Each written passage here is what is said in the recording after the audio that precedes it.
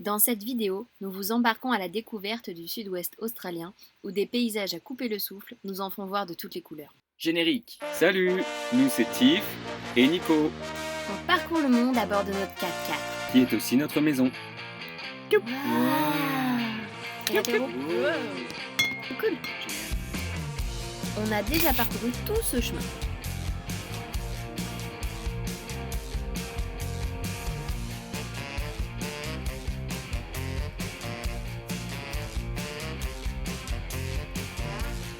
Voilà.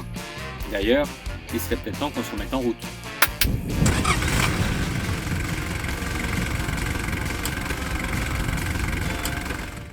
Notre aventure continue en Australie. Cette fois, nous longeons le littoral de la côte sud pour retourner à Adélaïde, là où tout a commencé 6 mois auparavant.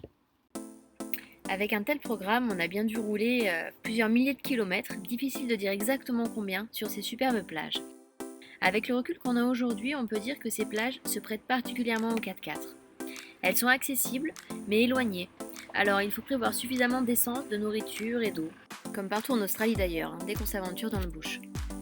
Mais certaines plages sont plus fréquentées. C'est le cas de Lucky Bay, qu'on voit ici, et qui tient sa célébrité des kangourous qui la fréquentent.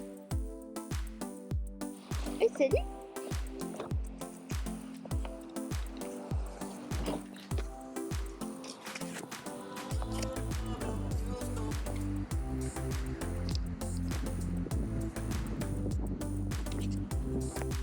Et l'aventure ne serait pas scalée sans quelques petits soucis techniques. Alors, pour que tout se passe pour le mieux, il faudra prévoir de prendre quelques outils, de quoi ajuster la pression des pneus et surtout de quoi les réparer.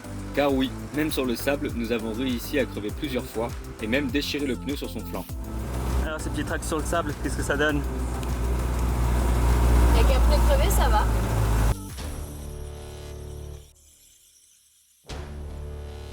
Come on! Finalement, les pneus, ce n'est pas ce qui est le plus compliqué à réparer. Mais qu'en est-il quand le roulement de roue commence à fatiguer et à ronronner? C'était une première pour nous, alors nous avons dû improviser. N'ayant pas les références pour commander un nouveau roulement, nous avons dû procéder à son démontage sur le parking du magasin. Ah là là, quelle galère! Le plus dur dans l'histoire, c'est pas forcément de changer le roulement, mais de ne pas avoir un environnement propre pour travailler, ni d'avoir les bons outils.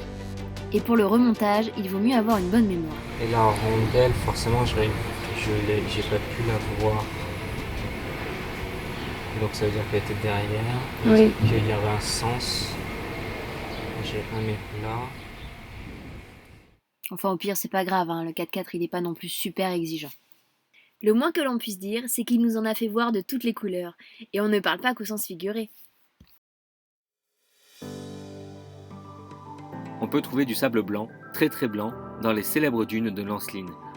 Pour passer un bon moment, on a juste à louer un surf sur place et se laisser tirer par le 4x4. D'autres, moins sportifs, préfèrent juste se dorer la pilule.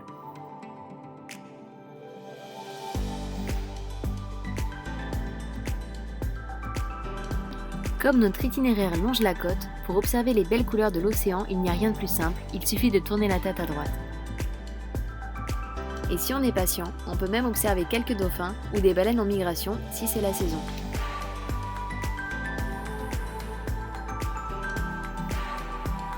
Les roches rouges, quant à elles, se trouveront aussi bien à l'intérieur des terres, dans le parc national de Kalbarri, que sur le littoral.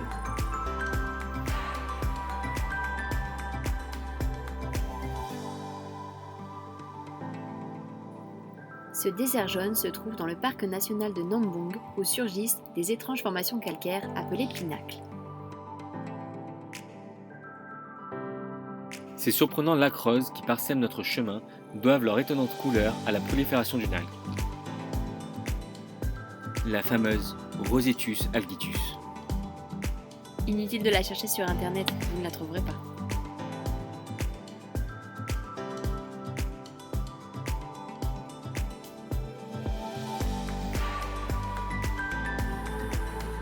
Ah, un peu de vert, ça fait pas de mal.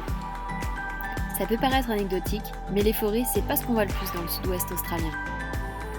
On ne peut qu'admirer la résistance de certains arbres multicentenaires qui ont survécu à de multiples incendies au fil des ans. Et si on s'est senti comme des poissons dans l'eau dans ce bush australien, ça fait toujours du bien de revenir à la civilisation.